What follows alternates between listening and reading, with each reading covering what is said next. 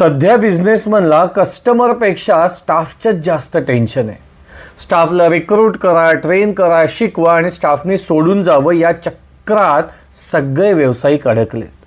त्यामुळे काय होतं, ही जी सगळी ट्रेनिंग कॉस्ट आहे ना, हा आपला हिडन लॉस आहे कुठेतरी.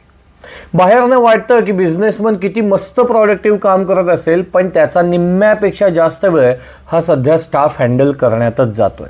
जेवढी आपल्याला एक बिझनेसमॅन म्हणून क्लायंट प्रति फिकीर असते, कन्सर्न्स असतात, तेवढे आपल्या स्टाफला नसतात. हे समजून घेईपर्यंतच बिझनेसची कित्येक वर्ष निघून जातात. पर्यायाने होतं काय माहिती आहे का, स्टाफ इव्हेंच्युअली त्याच्या सॅलरी आणि त्याच्या कामाशीच लॉयल असतो, तो बिझनेसशी तेवढा लॉयल नसतो.